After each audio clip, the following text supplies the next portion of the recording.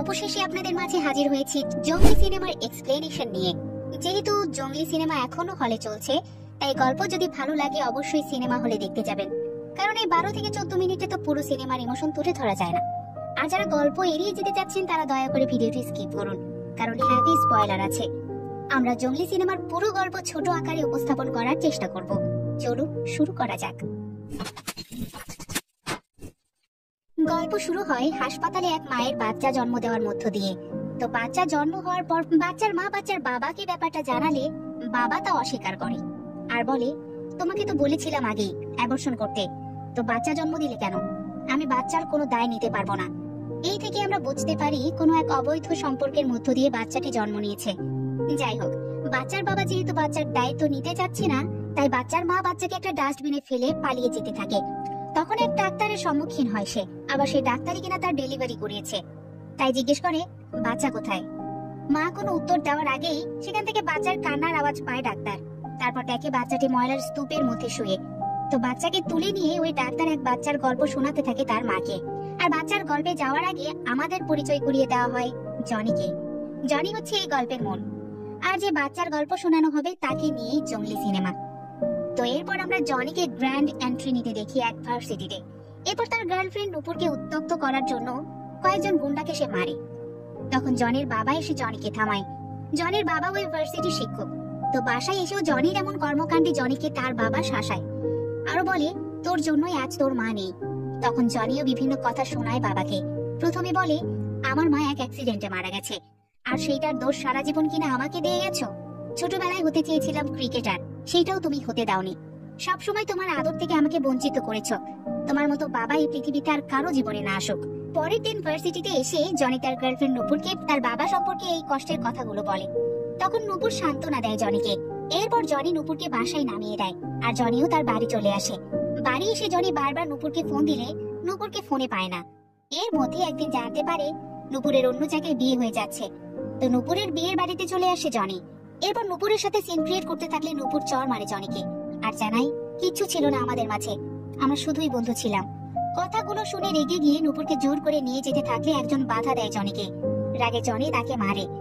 এরপর বিয়ে বাড়ি সবার হাতে মার খেতে হয় জনিকে। এক পর্যায়ে বিয়ে বাড়িতে মারামারি করার দায়ে পুলিশ এসে তাকে ধরে নিয়ে যায় থানাতে।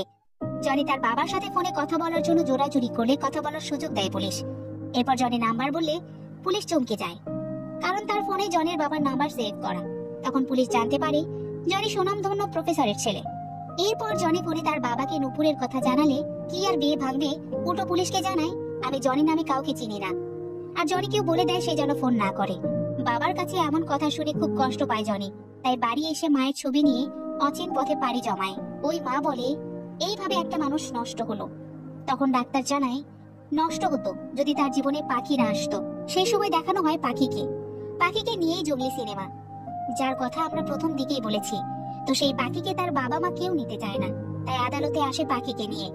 যখন বাবা মা মেয়েকে নিয়ে দ্বন্দ্বে লিপ্ত, তখন আদালত থেকে ভুল পথে অন্য গন্তব্যে চলে যায় পাখি। এক সময় ঘটনাক্রমে পাখি চলে আসে জনির কাছে। তখন জনিকে আমরা দেখতে পাই এক ভিন্ন রূপে। মুখে অনেক বড় বড় দাড়ি আর চুলও অনেক বড়, পুরোই নেশাখোর হয়ে গেছে। তো একদিন জনি বাচ্চা মেয়েকে তার কাছে দেখে অবাক হয়। তখন নাম জিজ্ঞেস করলে পাখি একটা পাখির ছবি এঁকে নাম প্রকাশ করে। বাবা নাম জিজ্ঞেস করলে বাবার ছবি আঁকে পাখি। তা দেখে জনির রাগ উঠে যায় আর পাখিকে বের করে দেয়। এই সিনগুলো বেশ উপভোগ্য ছিল, যা দেখতে হলে আপনাকে হলেই যেতে হবে, কারণ আমরা এই এক্সপ্লেনেশনে কোনো মুভির ক্লিপ ব্যবহার করছি না। তো পরের দিন জনি কাজে গেলে আমরা দেখতে পাই সে এক গ্যারেজে কাজ করে। তো জনি রাতে বাসায় ফিরলে বারবার সে পাখির কথা শুনতে পায়। তখন ভেবে নেয় বেশি মদ পান করাতে উল্টা পাল্টা শুনছে। সকালে উঠে দেখে তার কলা অন্য কেউ খেয়ে ফেলেছে। এরপর ঘরের এক কোনায় সে পাখিকে অনুধাবন করে। তখন পাখির কান ধরে আবার বের করে দেয় জনি। এরপর পাখি তার মোটরসাইকেল ফেলে দিলে তা দেখে রাগে জনি এসে পাখির গলা চেপে ধরে। এক সময় পাখির অবস্থা খারাপ হলে জনি গলা থেকে হাত সরায়। এরপর বাচ্চা জনির বাড়িতে আসায় এলাকার লোকজন সেইটা নিয়ে মশকরা করে। জনিও তাদের সঠিক জবাব দেয় ভিন্ন ভাবে। রাতে জনি বিরিয়ানি খেতে থাকলে বাচ্চা মেয়েটি জনির কাছে এসে বলে জঙ্গলির মতো করে খাচ্ছে। তো জনি একটু খাবার রেখে হাত ধুতে গেলে সেগুলো খেয়ে পাখি শুয়ে পড়ে জনির বিছানায়। তা দেখে জনি বিছানা ছেড়ে নিচে শুয়ে পড়ে। পরের দিন সকালে জনি পাশের বাড়ির সামনে ময়লা ফেললে সেখান থেকে জনির কাছে আসে ওই ডাক্তার, যে ডাক্তারের মাধ্যমে আমরা জনি এবং পাখির গল্প শুনছি। ডাক্তারের নাম তিথি। তো ময়লা ফেলা নিয়ে জনি আর তিথির মাঝে তুমুল ঝগড়া চলতে থাকে সেখানে।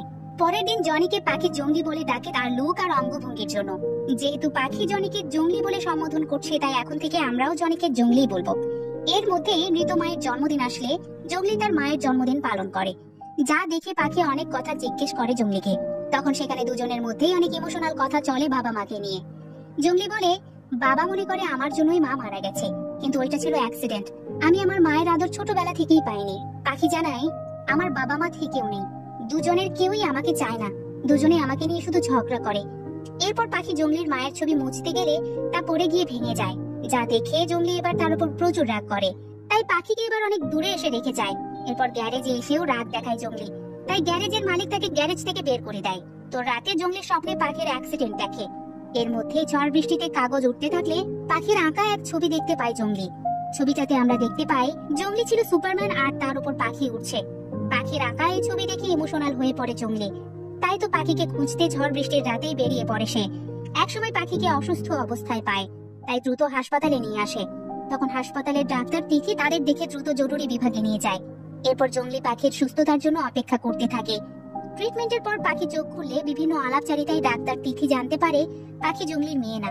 তাই জঙ্গলিকে রাগ দেখায় পাখির বাবা মাকে না খোঁজার জন্য, সাথে জানিয়ে দেয় ভেতরে যেন না ঢোকা হয়। তারপরও পাখিকে দেখতে ভেতরে ঢোকে জঙ্গলি।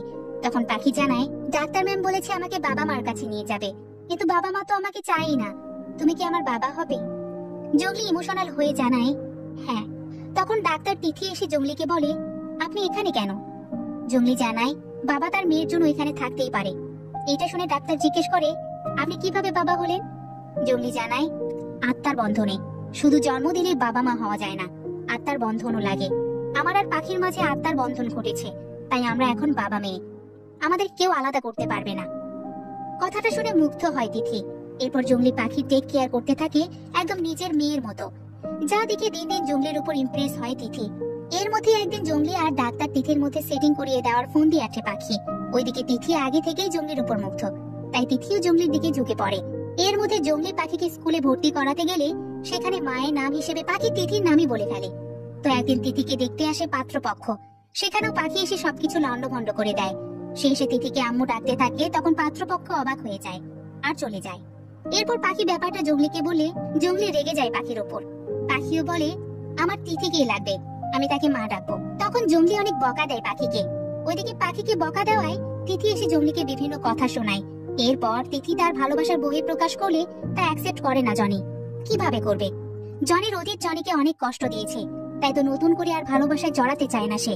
তো জঙ্গলি ভালোবাসার প্রস্তাবে না করায় বাড়ি এসে তিথি কান্না করতে থাকলে তার দাদি এসে বোঝায় যে একদিন জনি ঠিকই তাকে বুঝবে।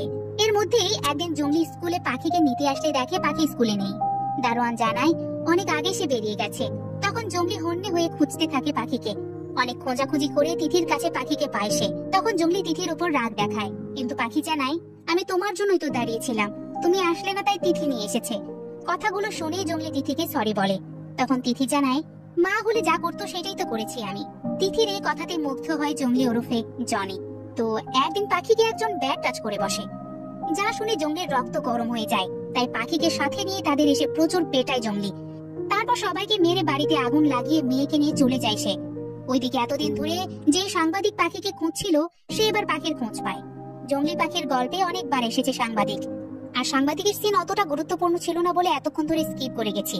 ওইদিকে পাখি অসুস্থ অনুভব করলে তিথি পাখিকে দেখে বলে, ওর আরো কিছু টেস্ট করতে হবে, আর এই টেস্টগুলো ঢাকায় করতে হবে, কারণ এখানে করার কোনো ব্যবস্থা নেই। তাই জঙ্গলি পাখিকে নিয়ে চলে আসে ঢাকায়। তারপর হাসপাতালে আসলে পাখির খিদে পায়, তাই খাবার নিতে যায় জঙ্গলি। খাবার নিয়ে ফেরার পথে জঙ্গলিকে পুলিশ ধরে ফেলে আর ওই সাংবাদিক পাখিকে ধরে নিয়ে যায়। এই সিনটা অনেক ইমোশনাল। বাবা মেয়ের এমন বিচ্ছেদ কখনো না হোক। তখন টিভি মিডিয়ায় প্রচার হতে থাকে পাখিকে অপহরণ করেছে জঙ্গলি, তাই পুলিশ জঙ্গলিকে ধরে ফেলে। তো জঙ্গলিকে কোর্টে তুললে সরকারি পক্ষের হয়ে লড়ে অ্যাডভোকেট শারাফাত। আর শারাফাতের কথাতেই সাংবাদিক পাখিকে ধরে আটকে রেখেছে, যাতে শারাফাত কেস জিতে নিজের নাম কামাতে পারে। এর মধ্যেই পাখির অবস্থা খারাপ দেখে সাংবাদিক হাসপাতালে নিয়ে যেতে চাইলে অ্যাডভোকেট না করে আর বলে, তুমি কিন্তু আমার টাকাতে উঠবস করো, কাজ না করলে কিন্তু টাকা দেব না। টাকার কাছে বন্দী হয়ে সাংবাদিক মেনে নেয় শারাফাতের কথা।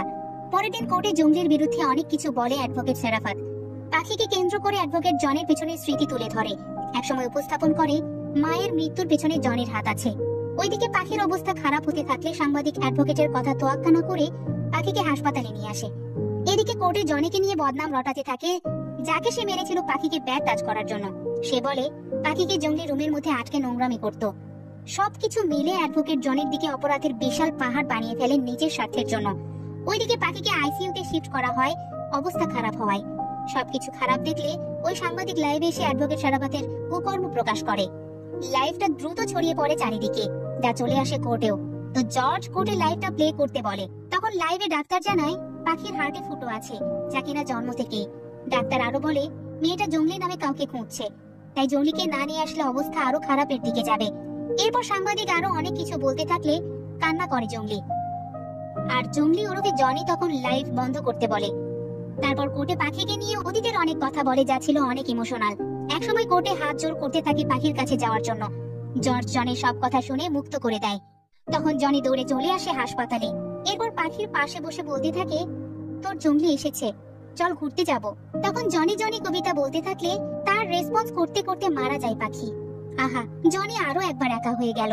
তারপর জনি কোলে করে পাখিকে হাসপাতাল থেকে বের করে নিয়ে আসে। তখন পাখির জন্য কাঁদতে থাকে সবাই। এরপর পাখিকে কবর দেওয়া হলে সেই কবর খুঁড়ে পাখিকে বের করতে থাকে জঙ্গলি। এই সিনটা জাস্ট গুজবাম্পস। একজন বাবা তার মেয়ের অকাল মৃত্যু কখনোই মেনে নিতে পারে না। পাখির মৃত্যুর মধ্য দিয়েই ওই মাকে বলা জঙ্গলি এবং পাখির গল্প শেষ করে তিথি। তখন মাটা জঙ্গলির বর্তমান খোঁজ করতে থাকলে সেখানে নিয়ে আসে তিথি। তখন দেখা যায় জঙ্গলি ওরফে জনি এক গাদা বাচ্চাকে নিয়ে বেঁচে আছে। তো জনি বাচ্চাকে দেখে বলে, ওকে কি এখানে রেখে যাবেন? মা জানায় না, ওর মাও আমি আর বাবাও আমি হব। এরপর জনি নাম কি রাখবে জিজ্ঞেস করলে মা বলে পাখি। তখন জনি ইমোশনাল হয়ে পড়ে, আবার খুশিও হয়। আর এখানে শেষ হয় মায়া ভরা জঙ্গলি সিনেমা। গল্পটিতে বাবা মেয়ের সম্পর্কের মানে বুঝিয়ে দেওয়া হয়েছে খুব সুন্দরভাবে।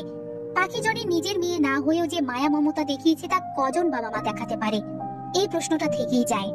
জঙ্গলি সিনেমার গল্প আমাদের অনেক কিছু শিক্ষা দেয়, তাই পুরো ব্যাপারটা ক্লিয়ার ভাবে বোঝার জন্য হলেও সিনেমা হল থেকে জঙ্গলি দেখা উচিত। সত্যি জঙ্গলি সিনেমার ইমোশন এই এক্সপ্লেনেশনে উপস্থাপন করা সম্ভব হয়নি। বড় পর্দায় দেখতে গেলে দ্বিগুণ ভালো লাগবে, এটা আমি একদম গ্যারান্টি সহকারে আপনাকে বলতে পারি। তারপরেও জঙ্গলির এক্সপ্লেন কেমন লাগলো তা জানাতে পারেন আমাদের। এতক্ষণ ফিল্মি বিটসের সাথে থাকার জন্য ধন্যবাদ।